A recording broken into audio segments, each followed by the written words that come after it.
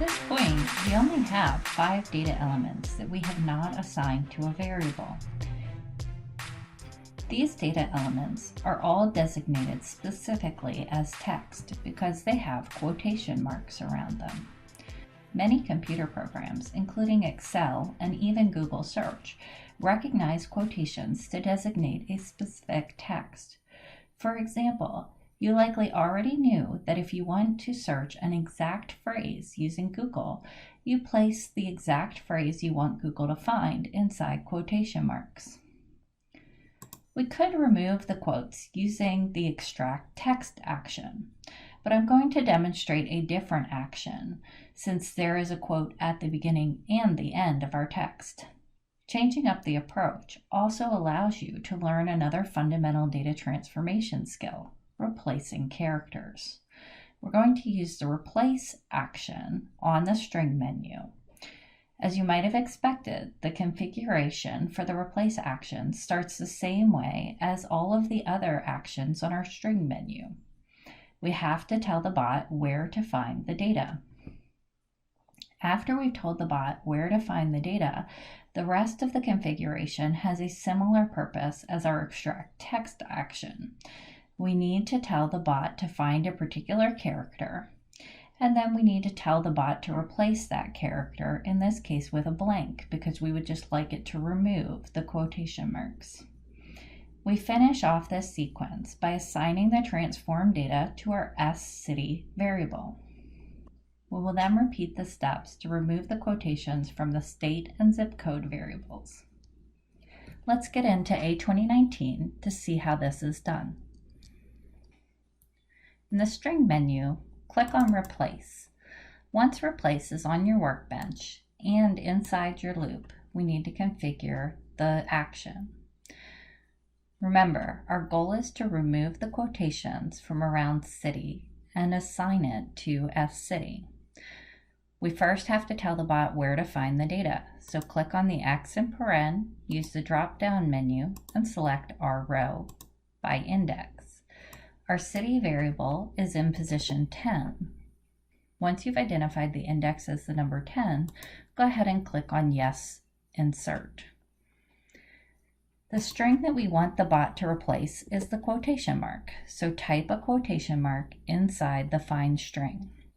The options to match case or not match case are not going to be useful for us in this transformation, but are very useful options for many data transformations.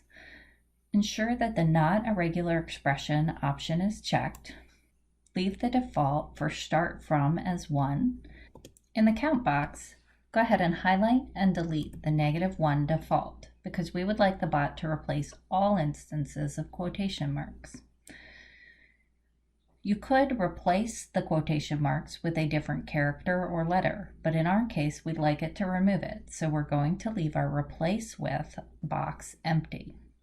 Finally, scroll down and select the variable sCity to assign the output to our sCity variable. Click Save. We can use the message box to verify that our data transformation is operating appropriately. Navigate up to the message box menu and double-click to add a message box. Select the sCity variable and then have the bot auto-close the variable after 2 seconds. You can then save and run.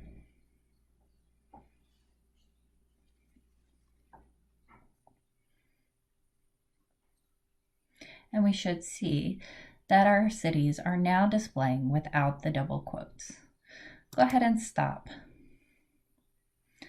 Delete your message box, close your message box menu, navigate back down to the string menu, and use the replace action to remove the quotes around your state and zip code.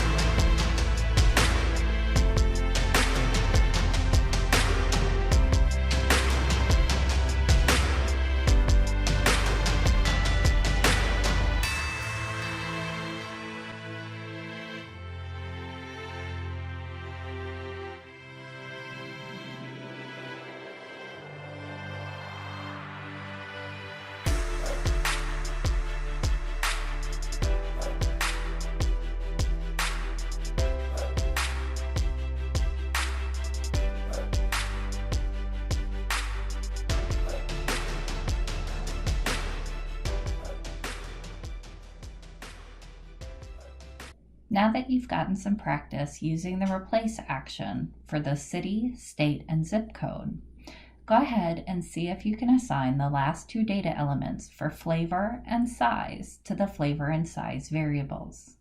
I will not be providing any hints, and I will not demonstrate these last two steps. Remember, you can use the message box to verify that your configurations of the replace action are transforming data in the ways that you expect. Before you get to it, let me just say, excellent job. These 5 videos have demonstrated several important fundamental data analytics skills, from the use of variables to transforming data by extracting text, converting data types from string to numeric, and replacing characters. You are also exactly halfway through your bot program. Hopefully, you are starting to see how you can use the programming mindset to determine which actions to combine to tell the bot precisely how you want to complete data transformations.